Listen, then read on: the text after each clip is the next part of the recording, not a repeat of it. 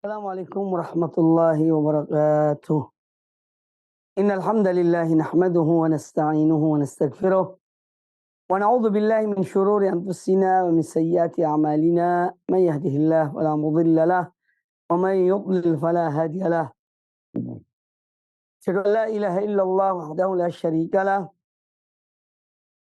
wa asyhadu anna Muhammadan abduhu wa rasuluh. Ya ayyuhalladzina amanu taqullaha haqqa tuqatih ولا تموتن إلا وأنتم مسلمون يا أيها الناس اتقوا ربكم الذي خلقكم من نفس واحدة وخلق منها زوجها وبث منهما رجالا كثيرا ونساء واتقوا الله الذي تساءلون به والأرحام إن الله كان عليكم رقيبا يا أيها الذين آمنوا اتقوا الله وقولوا قولا سديدا يصلح لكم أعمالكم ويغفر لكم ذنوبكم ومن يطع الله ورسوله فقد فاز فوزا عظيما. أما بعد فإن أحسن الحديث كتاب الله وخير الهدى هدى محمد صلى الله عليه وآله وسلم شر الأمور محدثاتها وكل محدثة بدعة وكل بدعة ضلالة وكل ضلالة في النار.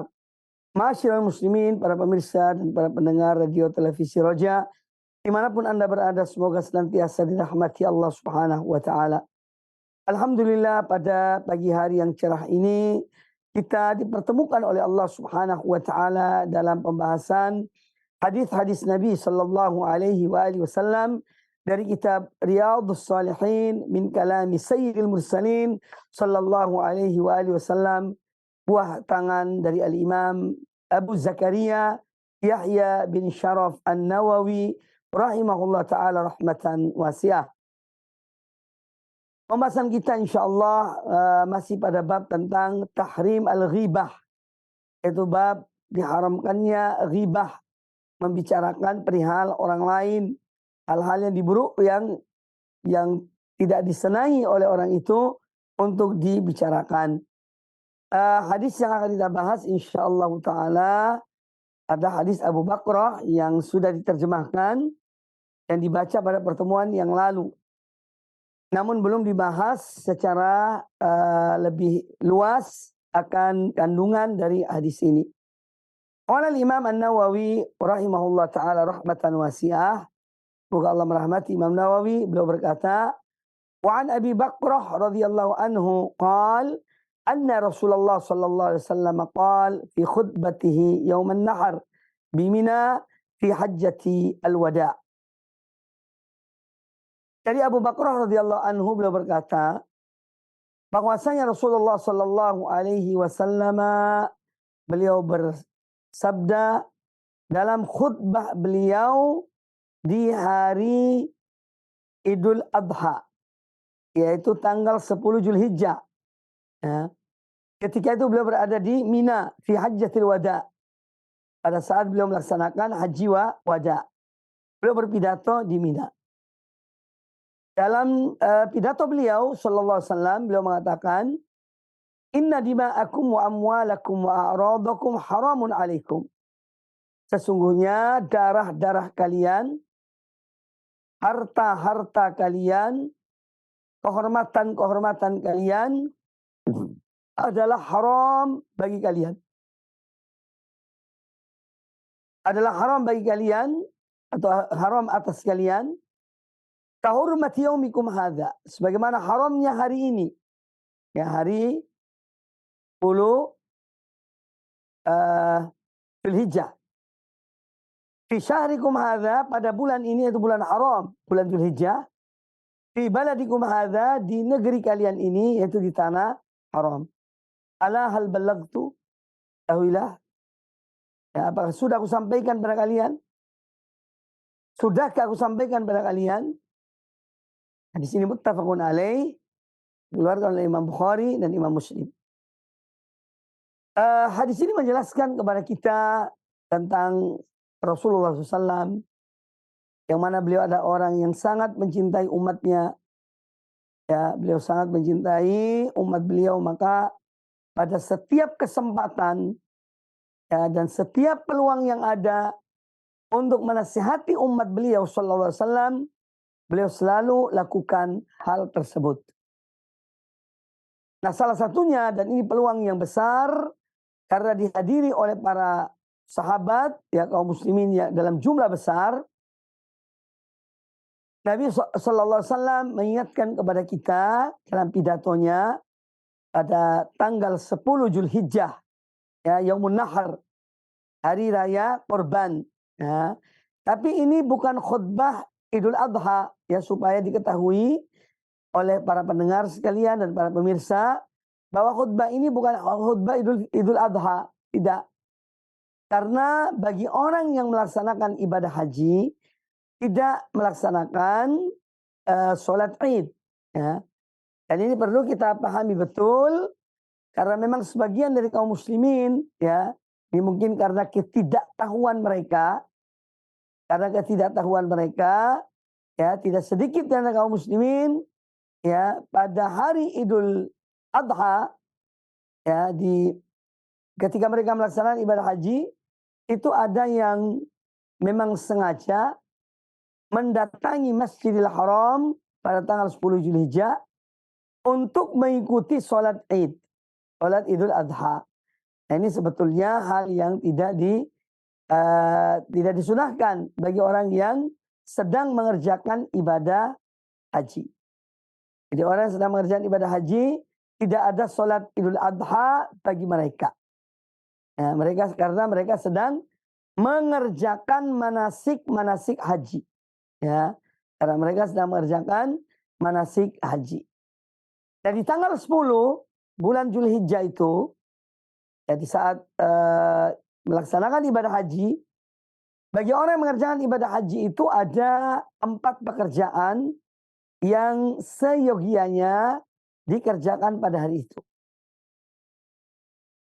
Kalau secara berurutan, bagaimana yang dikerjakan oleh Rasulullah SAW, 4 pekerjaan itu adalah yang pertama melempar jumrah Aqabah. Melempar jumrah Aqabah.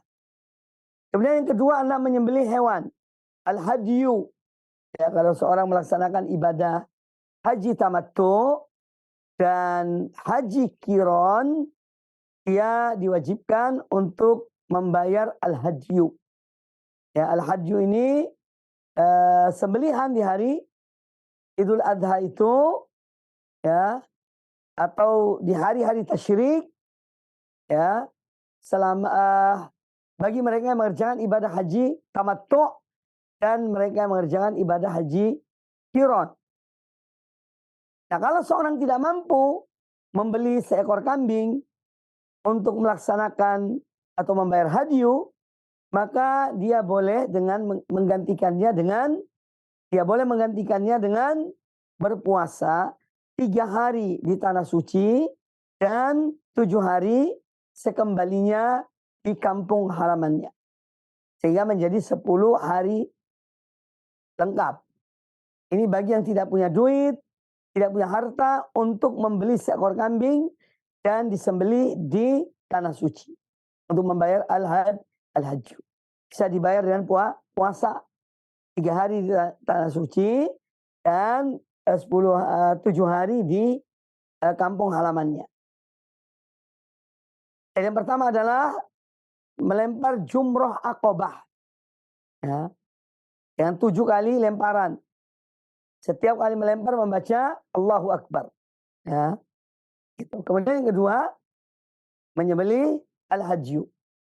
Kemudian yang ketiga adalah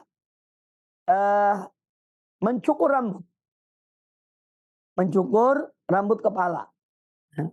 Kemudian yang keempat adalah mengerjakan tawaf wada. Ini secara berurutan yang dilakukan oleh Rasulullah SAW. Namun seorang boleh membolak-balik pekerjaan ini, boleh saja. Ya, misalnya dari Muzdalifah langsung ke Masjidil Haram untuk tawaf, mengerjakan tawaf ifadah, tawaf haji, itu boleh. Ya, kalau dia melakukan ibadah haji tamattu berarti yang dikerjakannya 2, yaitu tawaf wada dan sa'i haji. Masing-masing 7 kali. Ya, ini kalau dia mengerjakan haji tamattu. Eh, Kemudian boleh juga seorang dia melempar jumroh misalnya, kemudian menyembelih hewannya, kemudian baru mencukur. Terakhir baru dia ke Masjidil ke Masjidil Haram untuk melaksanakan atau mengerjakan tawaf ifadah. Karena tawaf ifadah ini adalah salah satu dari rukun-rukun haji. Tidak sah seorang yang mengerjakan ibadah haji kalau dia tidak mengerjakan tawaf ifadah. Nah, ini hal-hal yang disebutkan dalam hadis-hadis Nabi SAW. Jadi kalau seorang misalnya dia mengerjakan, ya, menyembelih dulu, baru kemudian dia melempar jumrah aqabah, kata Nabi SAW boleh, silahkan. Tawaf dulu, baru kemudian dia mencukur, ya, baru kemudian dia menyembelih. Ya, intinya dia mengerjakan dua pekerjaannya. Ya, baru dia boleh tahallul yang kecil. Dan seterusnya. Jadi intinya bahwa An-Nabi SAW pada saat beliau berada di Mina, ya, beliau berpidato. Dan ini juga menunjukkan, ya, ketika di Mina itu hendaknya juga ada semacam khutbah. Ya, khutbah. Karena tidak hanya di hari Arafah. Dari hadis ini menunjukkan bahwa An-Nabi SAW ya mengerjakan atau menyampaikan pidato beliau itu dua kali. Yang pertama di hari Arafah. Ya, dan ini masyhur. Dan ini yang banyak dikerjakan oleh kaum muslimin, ya, dan juga oleh misalnya penguasa otoritas Saudi Arabia. Ada memang seorang khatib resmi yang menyampaikan khutbah di hari Arafah. Nah, ini. Dan tentu yang menyampaikannya juga yang mengerjakan ibadah haji. Juga kita jumpai, ya, di kemah-kemah kaum muslimin pada saat hari Arafah itu, ya, masing-masing menyampaikan khutbah Arafah. Nah, kemudian keesokan harinya juga pada hakikatnya, ya, tentu mungkin di kemah masing-masing juga ada menyampaikan misalnya ceramah atau khutbah sehingga memberikan nasihat-nasihat kepada para jamaahnya, ya, untuk melaksanakan atau menyempurnakan ibadah haji mereka. Nah, jadi An-Nabi SAW di hari tanggal 10 Zulhijjah itu beliau menyampaikan khutbah di Mina, ya, pada saat beliau melaksanakan ibadah haji wada.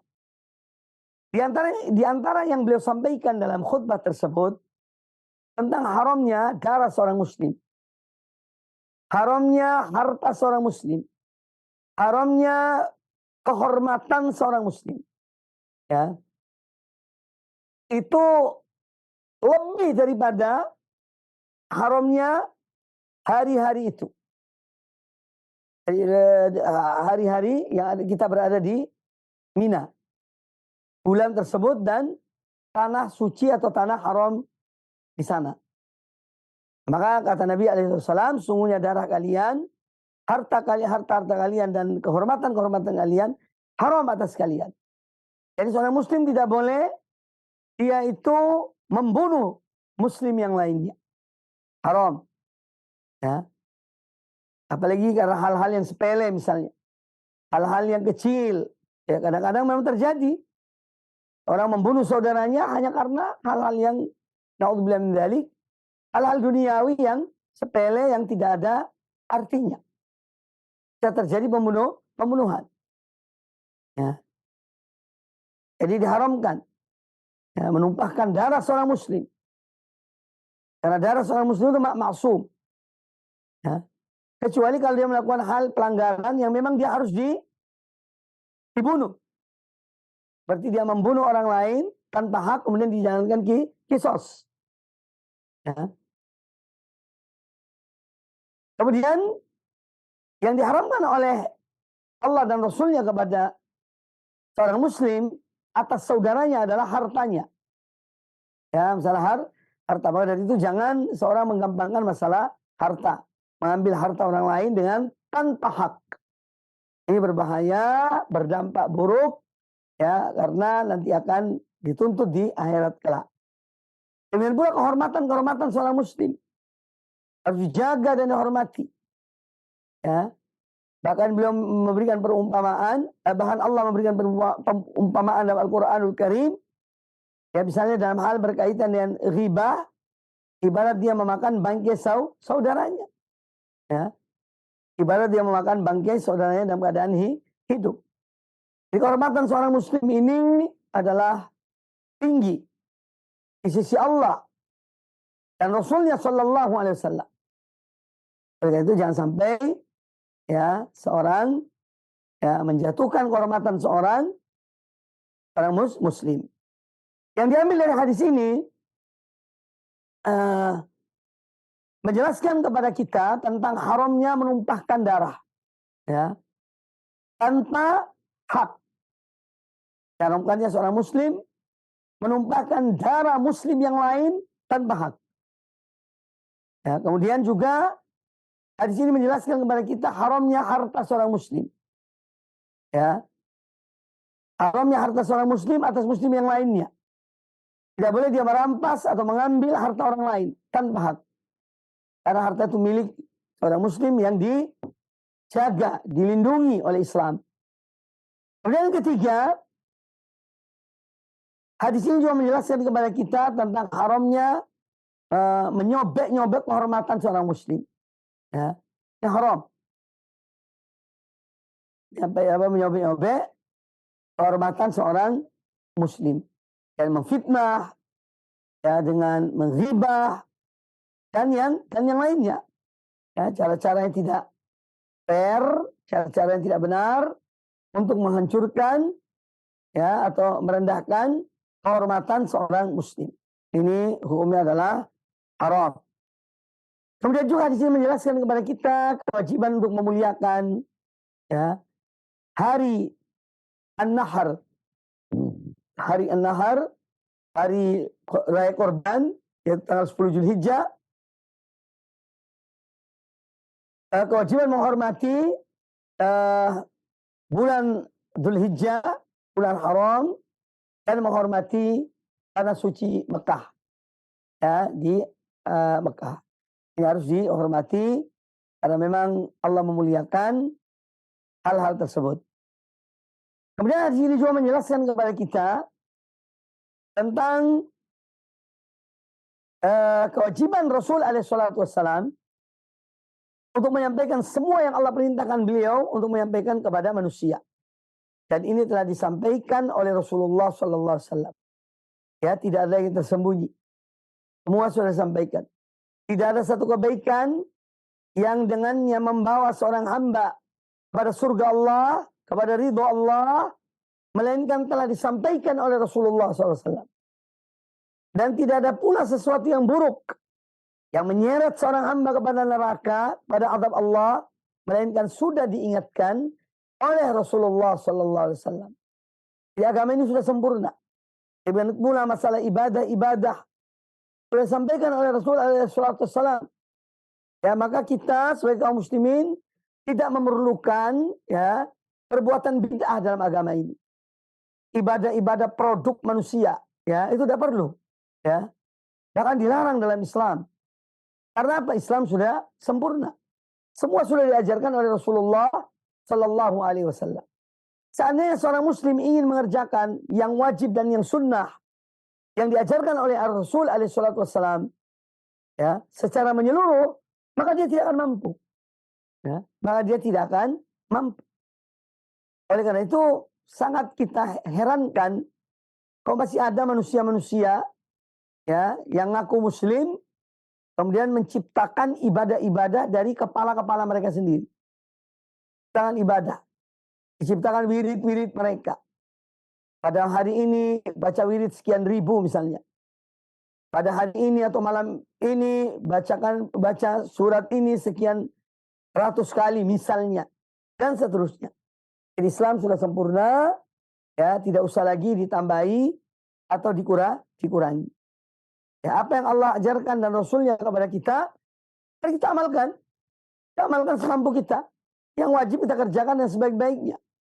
Adapun amalan-amalan sunnah, ya, yang tidak wajib dan dia adalah amalan-amalan yang dianjurkan, kerjakan semampu kita. Ya. Adapun membuat ibadah-ibadah baru, ya, memproduk zikir-zikir baru, ya, yang tidak ada contohnya dari Rasulullah SAW, ini adalah pekerjaan yang sia-sia. Karena Allah tidak akan menerimanya. Berdasarkan sabda Nabi SAW. Dan beliau adalah orang yang benar, orang yang jujur, yang dibenarkan perkataannya. Kata Nabi SAW, "Man ahdatsa fi amrina hadza ma laysa minhu fa huwa raddun."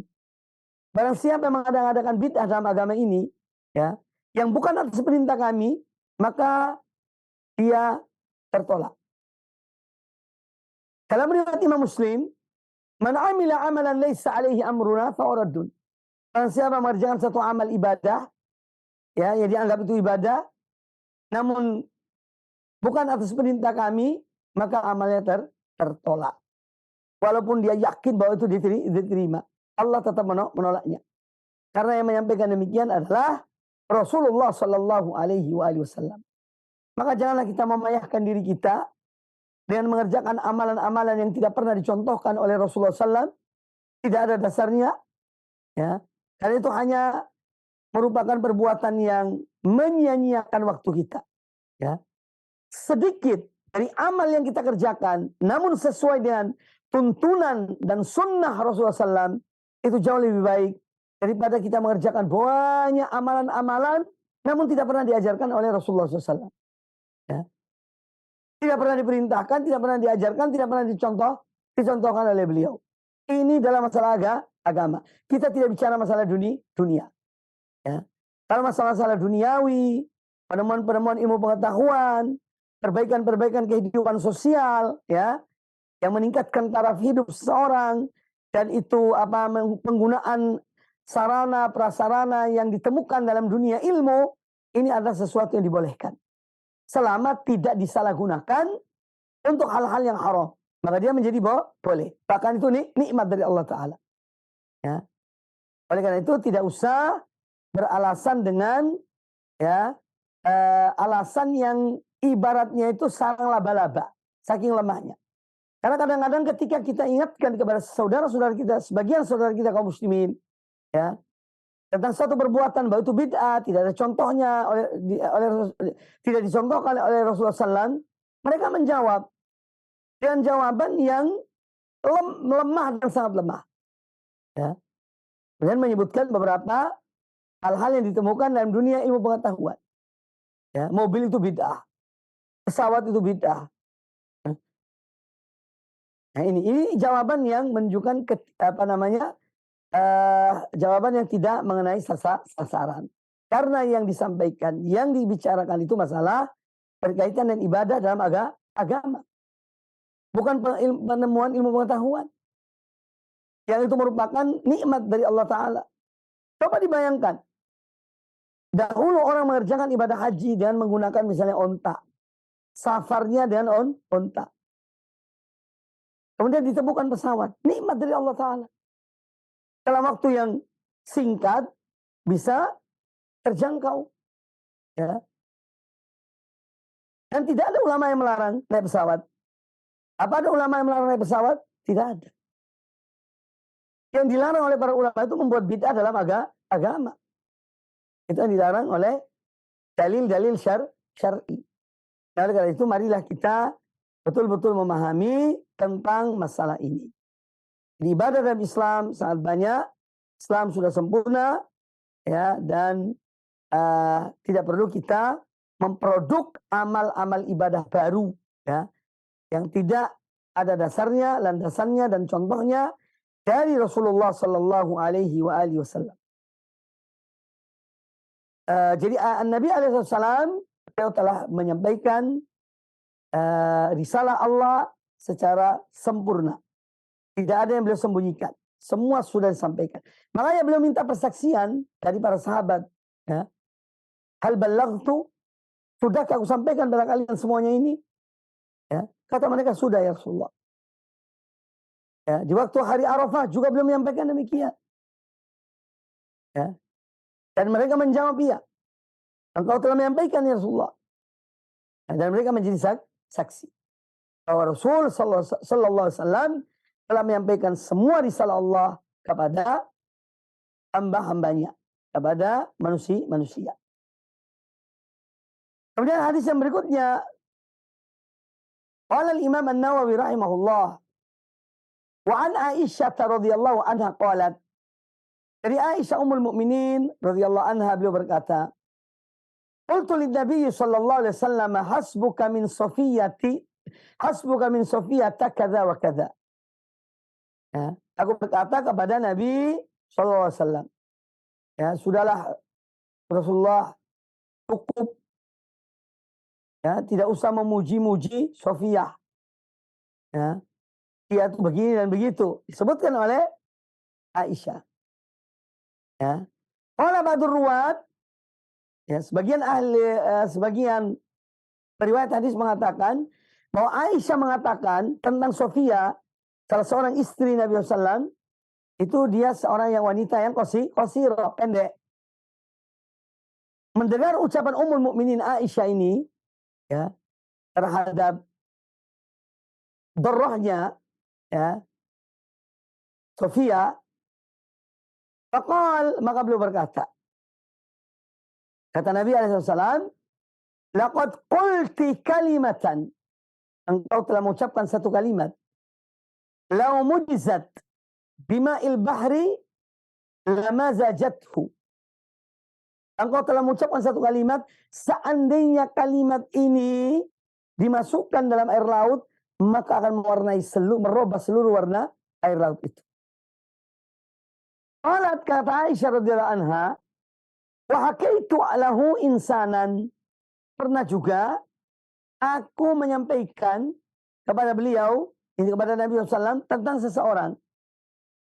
Faqal, maka beliau berkata, ma uhibbu anni hakaitu insanan wa inna li kadza wa kadza.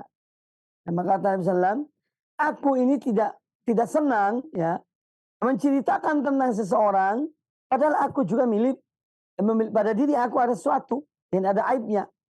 Hadis riwayat Imam Abu Daud, ya, At-Tirmidzi, dan hadis ini adalah hadis yang sahih. Nah, banyak pelajaran diambil dari hadis ini. Yang pertama ada kejujuran Ummul Mukminin Aisyah radhiyallahu anha. Beliau tidak menutupi tentang apa yang beliau lakukan. Ya. Dan itu ditegur oleh Nabi alaihissalam. Karena apa? Memang harus disampaikan. Ini agama Allah. Ya, jadi Ummul Mukminin benar kalau disebut dengan As-Siddiqatu Ibnatus Siddiq. Seorang wanita siddiqah. Ya, putri dari seorang yang siddiq. Yaitu Abu Bakar Siddiq radhiyallahu anhu. Nah, beliau menceritakan, ya, kepada para tabi'in atau kepada sahabat yang lainnya, ketika terjadi satu hal yang beliau ucapkan kepada Nabi alaihissalam tentang istri beliau, istri yang lainnya itu Safiyah. Ya, yang namanya wanita, namanya istri, itu cemburu satu dengan yang lainnya. Ya. Cemburu satu dengan yang lainnya. Ya. Dan kecemburuan itu tentu lebih besar di saat seorang memiliki lebih dari satu istri. Ya. Kalau saja seorang mempunyai satu istri, kemudian orang ini misalnya, ya, berbicara dengan wanita yang lain, itu timbul kecemburuan dalam diri sang istri. Nah, bagaimana dengan seorang yang memiliki lebih dari satu istri? Tentu kecemburuan itu lebih besar. Karena dia tahu betul bahwa istri yang lain pun halal bagi suaminya. Ya, halal bagi suaminya. Nah, jadi ketika Aisyah Ummul Mukminin, dan beliau ada satu-satunya istri Nabi SAW yang perawan, yang ketika dinikahi beliau dalam keadaan perawan, itu hanya Aisyah. Dan ketika itu beliau usia sangat muda. Maka tentu sudah satu hal yang wajar dan sewajarnya kecemburuan beliau itu besar ya terhadap Rasulullah SAW. Ya. Rasulullah SAW ketika ditanya oleh Amr ibn al-As radhiyallahu anhuma, siapa orang yang paling kau cintai? Kata yani di antara istri-istrimu, kata Nabi SAW adalah Aisyah. Kemudian siapa? Ayahnya. Kemudian Abu Bakar As-Siddiq. Ini menunjukkan kemuliaan ya sang ayah dan anak. Ya, itu Abu Bakar Siddiq dan putrinya Aisyah Ummul Mukminin radhiyallahu taala anhuma. Nah, beliau cemburu kepada Sofia karena kemungkinan besar An-Nabi alaihissalam menyebutkan sesuatu tentang Sofia, mungkin kebaikannya dan lain sebagainya. Makanya kata Aisyah, ya Rasulullah sudah cukuplah. Ya, dia orang yang pendek kok. Itu ucapan Aisyah radhiyallahu anha. Ya. Mendengar ucapan itu, Rasulullah SAW kemudian mengatakan kepada beliau, laqad qulti kalimatan. Sungguh engkau telah mengucapkan satu kalimat. Seandainya kalimat itu jadikan tinta, ya kemudian ditaruh di laut, maka akan merubah seluruh warna laut itu. Ya, akan bercampur dengan seluruh laut itu. Nah ini menunjukkan ya besarnya dampak dari ghibah. Ya.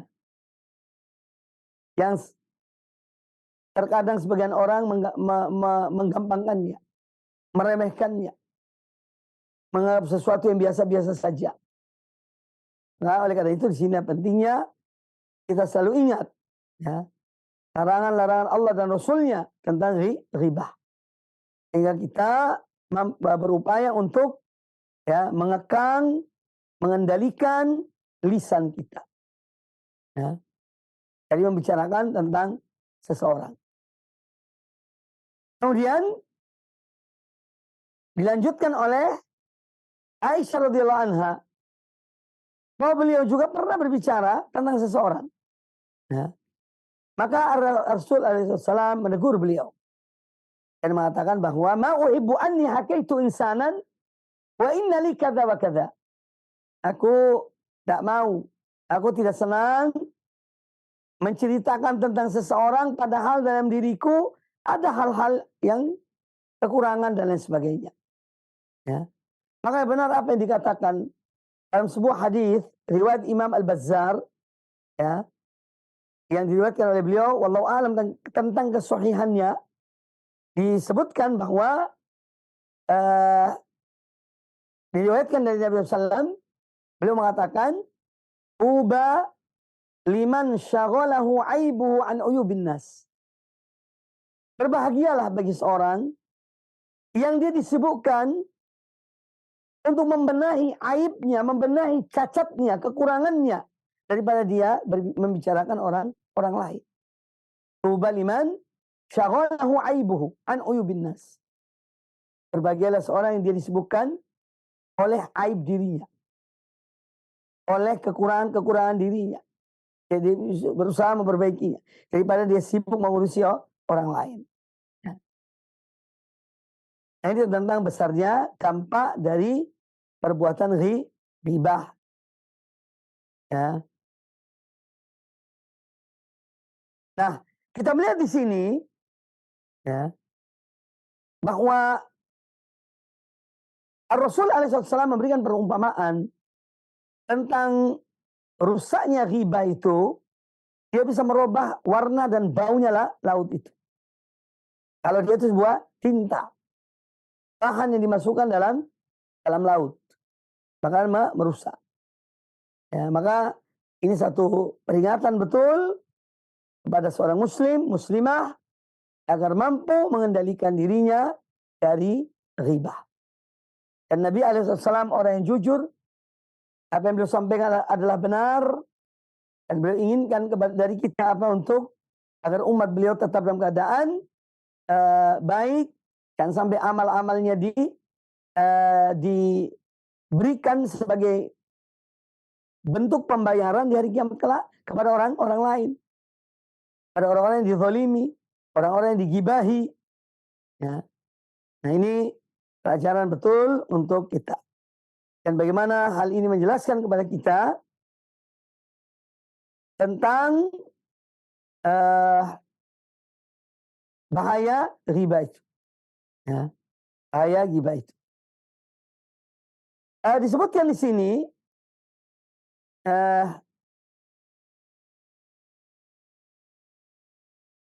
bahwa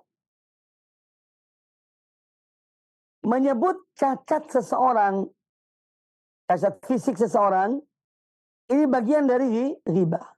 Ya. Kecuali, ya, nanti akan kita jelaskan, kecuali kalau hal itu untuk memperkenalkan, ya, untuk at-ta'rif kepada tentang seseorang. Itu nanti akan kita bahas, itu yang dibolehkan. Ya. Artinya misalnya begini, ada orang yang dia buta sebelah matanya. Namanya misalnya siapalah, si B. Dan B itu ada banyak. Ada yang nama B ini ada 4 orang misalnya. Lalu seorang menceritakan tentang B kepada orang lain. Nah, orang lain ini tahu ada B itu ada 4 orang. B yang mana sih yang kamu maksud? Kemudian dia menyebutkan B yang matanya buta sebelah. Nah, itu dibolehkan. Ya. Ini karena yang namanya B ada 4 orang. Terus B yang mana sih yang diomongkan ini? Oh, B yang matanya buta sebelah.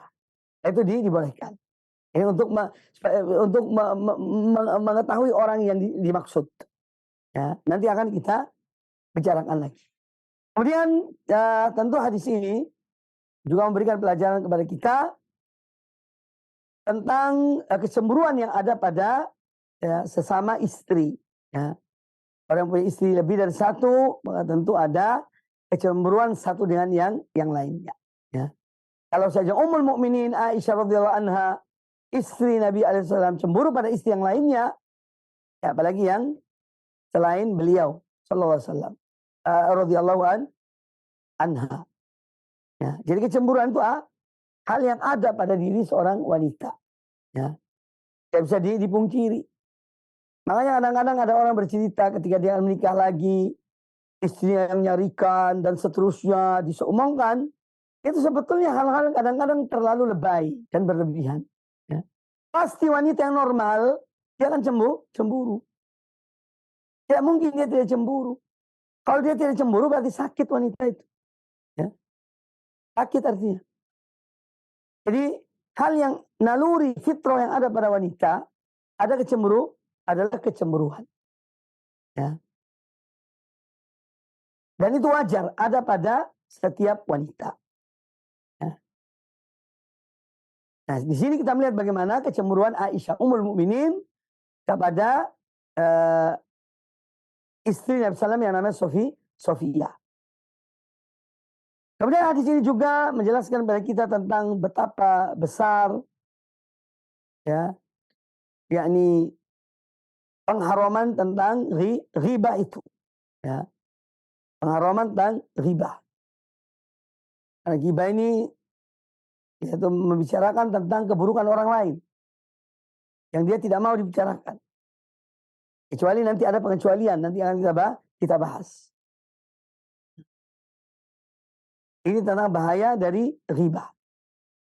Kemudian hadis yang berikutnya, wa an Anas radhiyallahu anhu qala Rasulullah sallallahu alaihi wasallam, Rasulullah SAW bersabda, "Lama urija bi marartu biqaumin lahum adfarun min nuhasin yakhmisuna wujuhahum yakhmishuna wujuhahum wa sudurahum. فقلت من هؤلاء يا جبريل قال هؤلاء الذين يأكلون لحوم الناس ويقعون في أعراضهم." Hadis sahih riwayat Imam Abu Daud. Rasulullah sallallahu alaihi wasallam bersabda, ketika aku diperjalankan dari Masjidil Aqsa naik ke langit, lama urijabi, dia aku dinaikkan ke langit pada malam Isra dan Mi'raj, marartu biqaumin, kata beliau aku melewati satu kaum, ya. Yang mana kaum ini memiliki lahum adfarun, kuku-kuku yang panjang. Min nuhas. Dari timah-timah. Kuku yang panjang terbuat dari nuhas. Nuhas itu timah. Yahmishuna wujuh, mereka menyabik-nyabik wajah mereka. Ya. Wasudurahum. Ya, menyabik-nyabik wajah dan dada-dada mereka. Fakultu, aku bertanya, yakni kepada Jibril yang menemani beliau dalam perjalanan tersebut. Mana ulai ya Jibril? Siapa orang-orang itu wahai Jibril? Yang mereka mempunyai kuku yang panjang dari timah, ya, yang panas. Kemudian mereka mencabik-cabik wajah dan dada-dada mereka. Kata Jibril alaihissalam, haula alladzina yaquluna luhuman nas. Mereka itu adalah orang-orang yang memakan daging-daging manusia. Itu ghibah. Ya. Wa yaqauna fi a'radihim, dan mereka adalah orang-orang yang menikam, ya, kehormatan-kehormatan manusia. Waliyadzubillah. Ya. Itu balasannya. Kita di sini menjelaskan kepada kita tentang balasan yang akan diperoleh oleh ahli ghibah.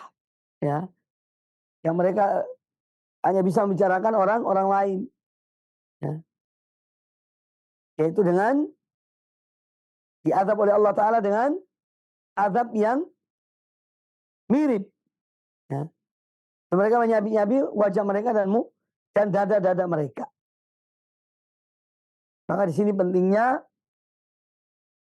kita mengetahui apa sanksi dari riba itu.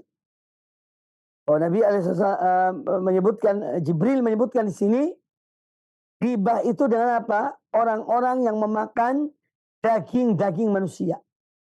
Ya. Luhumin nas. Jadi ketika seorang riba itu sama dengan dia sedang memakan daging saudaranya. Ya. Sedang memakan daging saudaranya. Bangkai saudaranya. Na'udzubillah. Ini buruknya riba. Yang banyak manusia, banyak kaum muslimin, ya, boleh dikatakan menganggap remeh, menganggap ringan, ya, masalah riba ini. Ya. Semoga Allah Ta'ala memberikan taufik pada kita untuk bisa menahan lisan-lisan kita, ya, dari memakan daging saudara-saudara. Nah, hadis ini menjelaskan kepada kita tentang salah satu di antara mukjizat Nabi SAW, yaitu dengan peristiwa Isra dan Mi'raj. Mukjizat beliau SAW. Ya. Allah memuliakan beliau dengan memperjalankan beliau di malam hari. Pertama dari Masjidil Haram ke Masjidil Aqsa. Semoga Allah segera menganugerahkan kepada kaum muslimin, mengembalikan Aqsa, Al-Masjidil Aqsa kepada kaum muslimin. Amin ya rabbal alamin. Kita tetap berdoa dan terus berdoa kepada atau untuk saudara-saudara kita, ya, yang dianiaya oleh al-Yahud, ya. Al-Yahud alaihim minallah.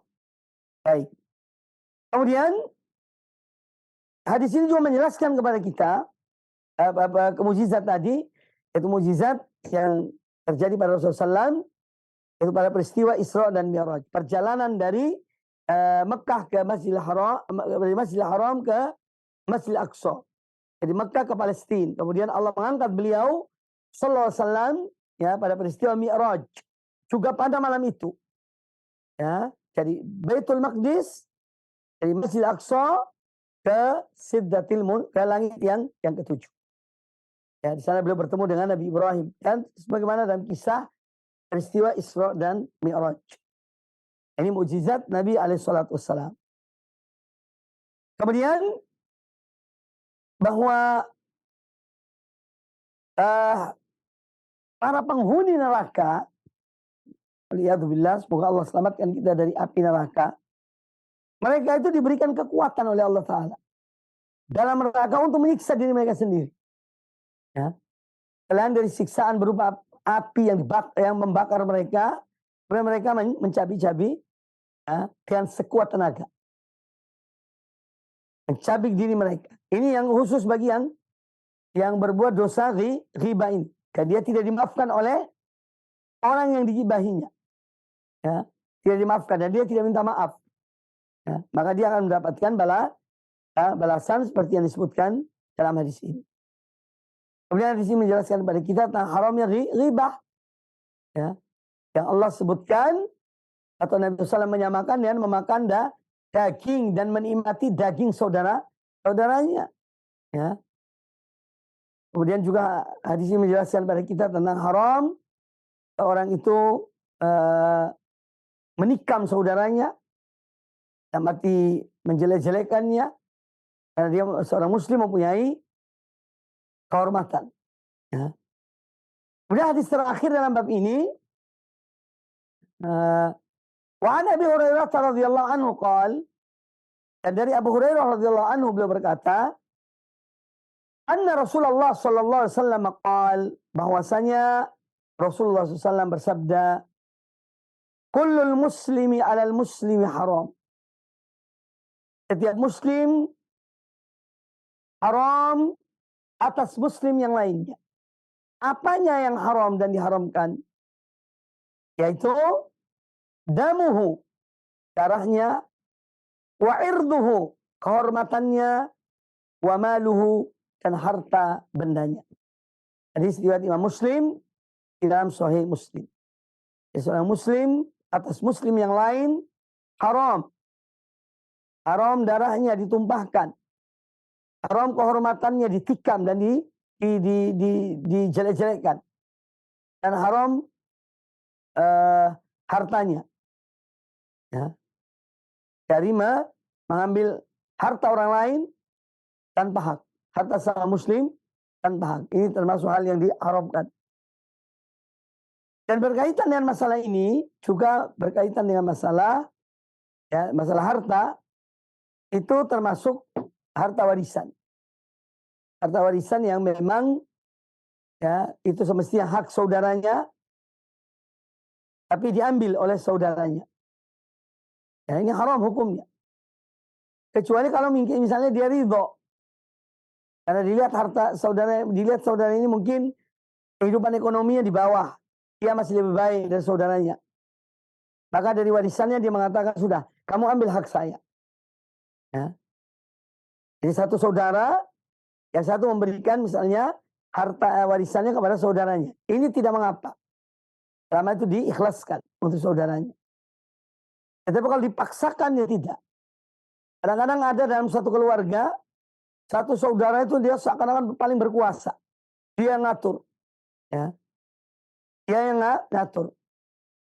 Saudara yang minta supaya hartanya dibagi, warisan dibagi, dia bilang enggak. Ya. Jangan dibagi dulu. Nanti. Nah ini tidak dibenarkan. Ya. Dan kejadian-kejadian seperti ini banyak terjadi pada keluarga-keluarga kaum muslimin. Ya. Karena apa? Menunda-nunda pembagian warisan. Akhirnya jadi fitnah. Ya. Turun-temurun berantem antara keluarga. Antara mereka yang merasa punya hak warisan. Jadi harta kakeknya misalnya, atau orang tuanya. Ya. Jadi termasuk masalah yang dilarang dengan terhadap harta seorang muslim, itu dalam hal berkaitan dengan warisan. Ya, warisan itu milik seseorang. Dan itu milik beberapa orang kalau dia punya banyak keluarga, banyak saudara. Nah ini yang terjadi di tengah masyarakat. Baik, bab yang berikutnya, babu tahrimis sama'il ghibah. Bab tentang diharamkannya mendengar riba. Ya. Wa umira atau amr man sami'a ghibah, dan diperintahkan bagi orang yang mendengarkan ghibah, ya, ghibah yang muharramah, yuraddiha, supaya dia membantah kalau ada orang membicarakan tentang seseorang. Ya, beberapa orang bicarakan tentang seseorang. Kemudian kita mendengar, dan yang dibicarakan ini misalnya tidak benar. tentang orang yang digibahi itu, dan kita tahu itu tidak benar, maka kita wajib membantah bahwa apa yang kalian omongkan ini tidak benar. Saya tahu betul si fulan, dia tidak seperti apa yang kalian omongkan. Ya. Jangan diam.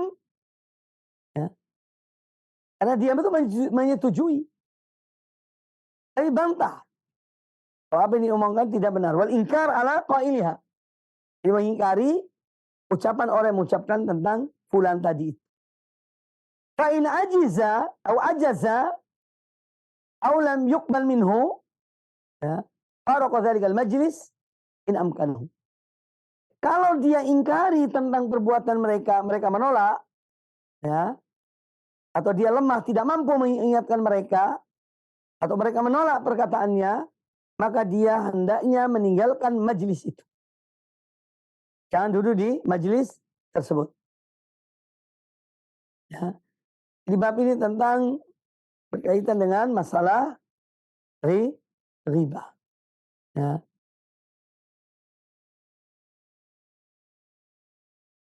Adapun dalil-dalil yang dibawakan dalam bab ini diantaranya adalah firman Allah Subhanahu wa taala surat Al-Qasas ayat yang ke-55.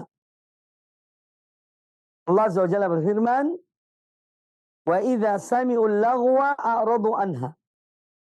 Ya, sifat orang-orang yang beriman, kalau mereka mendengar perkataan-perkataan yang berupa hal-hal tidak bermanfaat, ya, maka a'radu anha, mereka berpaling dari hal tersebut. Tidak mau mendengarkannya.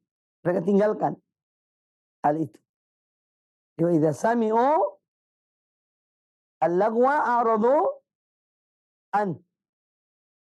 Jadi Allah Ta'ala memberitahukan tentang hamba-hambanya beriman bahwa mereka tidak mau bercampur, berkumpul dengan ahlul laghwi. Ya. Orang-orang yang melakukan hal yang tidak bermanfaat. Tidak mau bergaul dengan mereka. Ya. Kemudian dalil yang berikutnya, surat Al-Mu'minun ayat yang ketiga. Allah Azza wa Jalla berfirman, "Walladzina hum 'anil lagwi mu'ridun." Di antara sifat orang-orang beriman yang beruntung di dunia dan di akhirat adalah mereka yang memiliki sifat walladzina hum 'anil lagwi mu'ridun. Dan mereka adalah orang-orang meninggalkan perbuatan lagun, hal-hal yang tidak bermanfaat, baik itu ucapan maupun perbuatan. Mereka berpaling dari itu semuanya. Mereka berpaling dari hal-hal tersebut. Baik itu dari mendengarkan ucapan yang tidak bermanfaat atau melakukan perbuatan yang tidak bermanfaat, yang bersifat hanya lagun, permainan yang kosong, yang tidak ada maknanya. Akan bisa jadi berdosa, membuahkan dosa. Nah, orang mukmin itu selalu meninggalkan hal-hal seperti itu. Kemudian dalil yang ketiga dari Al-Quranul Karim yang dibawakan oleh An-Nawawi adalah firman Allah dalam surat Al-Isra ayat yang ke-36. Allah Azza wa Jalla berfirman, ya, "Wala taqfu ma laysa laka bihi 'ilmun, inna as-sam'a wal basara wal fu'ada kullu ulaika kana anhu mas'ula." Jangan kamu membicarakan sesuatu yang kamu tidak punya ilmu tentangnya. Mengapa? Karena inna as-sam'a, sesungguhnya pendengaran, wal basara, penglihatan, wal fu'ada, hati, ya, kullu ulaika kana anhu mas'ula. Semua itu akan dimintai pertanggungjawaban. Akan ditanya oleh Allah Ta'ala. Ya. Makanya Allah melarang kita, ya, nimbrung, ikut membicarakan hal-hal yang kita tidak punya ilmu tentangnya. Karena semua akan dimintai pertanggungjawaban. Pendengaran, penglihatan, hati, akan dimintai pertanggungjawaban. Dalil yang keempat dari Al-Quranul Karim, ya, itu surat Al-An'am ayat yang ke-68. Ya, Al-An'am ayat 68, Allah Ta'ala berfirman, "Wa idza ra'aita alladziina yakhuduna fi ayatina."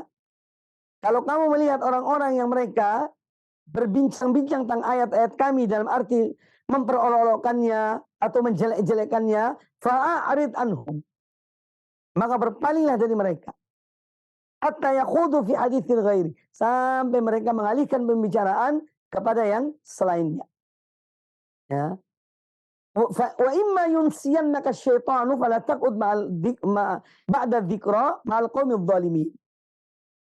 Dan apabila engkau dijadikan lupa oleh syaitan, ya, maka janganlah kamu duduk setelah kamu diingatkan janganlah kamu duduk bersama orang-orang yang zalim.